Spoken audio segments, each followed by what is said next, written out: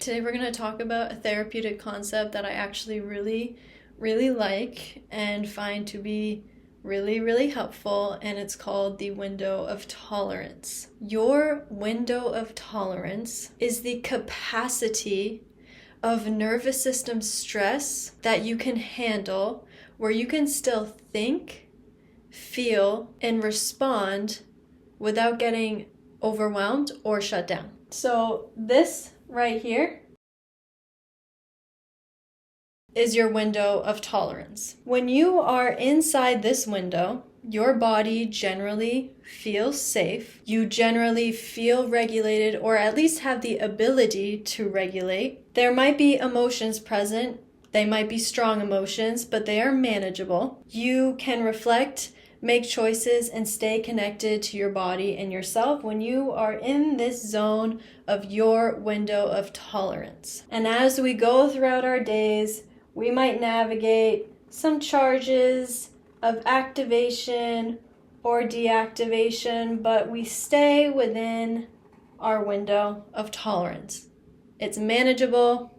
We're handling it. Sometimes we deal with things that are not manageable and that we cannot deal with in a regulated way.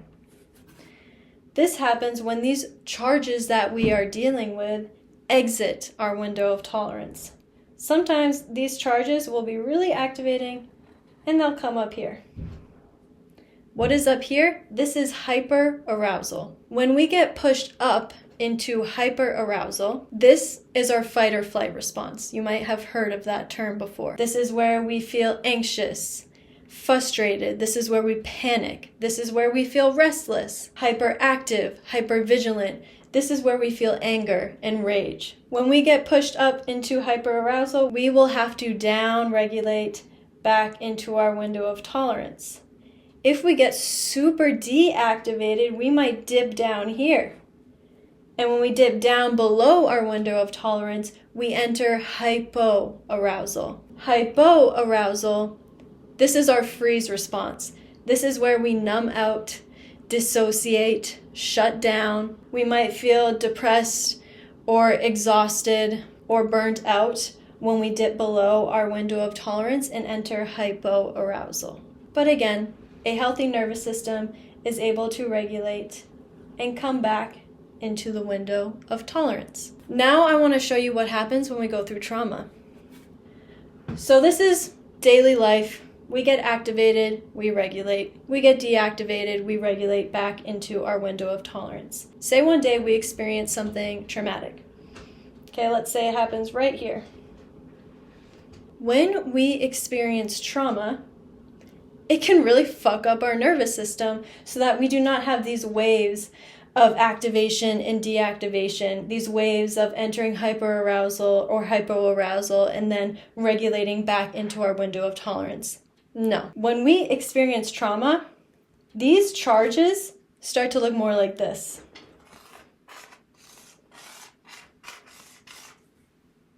We get activated and then we get stuck in hyperarousal. And we are not really able to regulate unless we just dive right down into hypoarousal, and then we might get stuck down in hypoarousal. When we experience trauma, it has an impact on our nervous system. It has an impact on our lives. It has an impact on our bodies. It has an impact on everything. This matters because trauma does not just live in the traumatic event. It does not just live in the story.